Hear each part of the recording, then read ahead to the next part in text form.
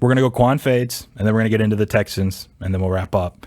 661-515 bets if you do have a call, but the floor is Qwan's. We're going to let him tell us what we are fading today.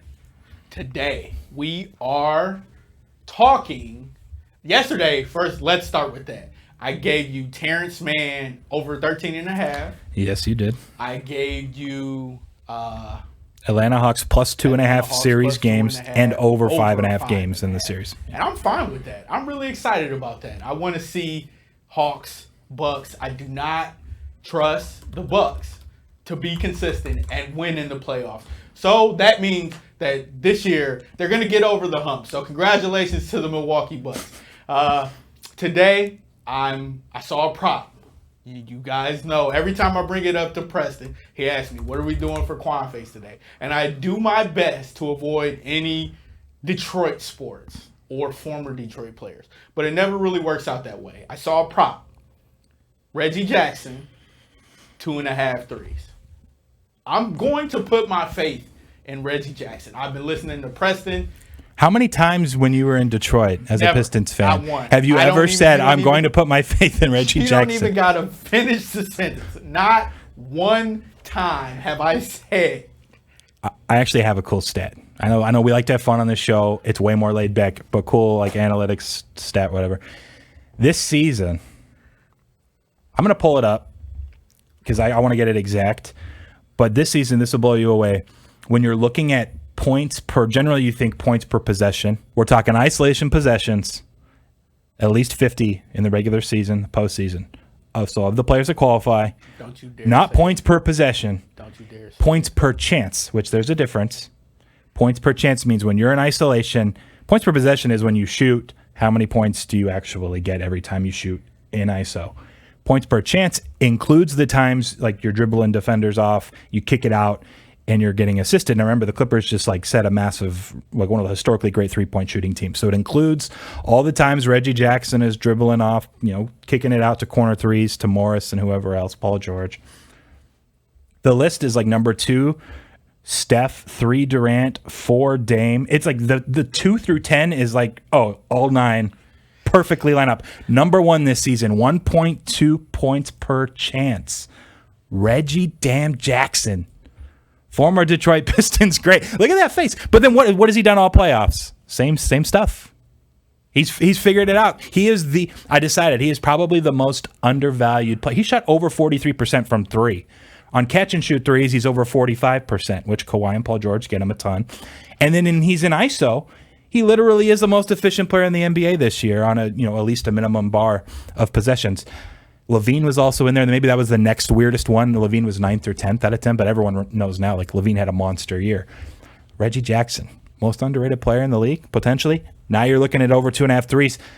I was just trying to talk you into it even more. You did you made me mad. Now you're like, he's due. Now I want him to fail. Number 1 on points per chance, or what is it? Points per chance. Yep. That's in ISO. Yeah, man. Like, he's not a number 1 or a number 2. He's a good role player. He can get you buckets. It's just in the clutch, man. I've never seen. It's those players that can have a moment. He's not one of those guys. So you just want him to be a role player. And tonight, I want him to hit over 2.5 threes. Now we need to discuss. It's not 2.5 necessarily.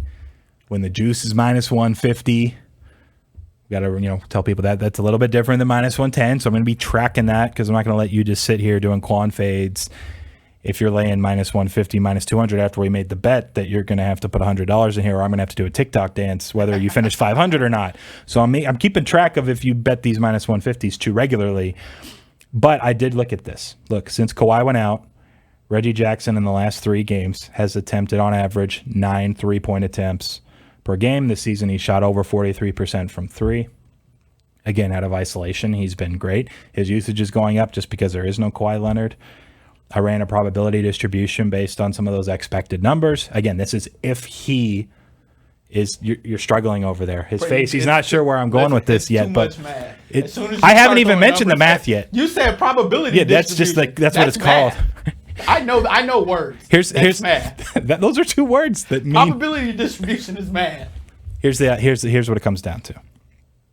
If he attempts around 9, which is the expectation after Kawhi's been out, that's where he's been at on average the last 3 games. He actually shot 12 in game 1 against the Suns. He made 4 of them. It's one of his worst shooting games from 3 in a long time. It's way ahead still to go over 2.5, even at minus 150. So that means he has to go over 2.5 at least 60% of the time for it to be a profitable bet. I think it is. So I agree with you. I just need to break it down a little more mathematically than, hey, I remember watching him when I lived in Detroit, and he wasn't very good, but now he's good, so I'm going to go for 2.5. Listen, man, if you catch me on this show saying probability distribution, something's wrong. Probability distribution is all present. I can't do any of that. Real quick before we jump to a little NFL Houston Texans talk, because we are going to start breaking down some teams, some futures. We're starting at the bottom. We're working our way up. We're going to talk some Texans. But first, do you want to officially do a Booker over-under now that you've had the last 20 minutes to kind of mull it over a little longer for your Qwan fades? Or are we just going to go with Reggie Jackson? Is there a probability distribution that you can run? That's the word of the day, probability distribution. I have not run any numbers on Devin Booker, but everyone else I talked to thinks it should be like 29-ish, not 31.5. So I think 31.5 is for game 2. It's not that much pressure. They're at home, right? Yeah.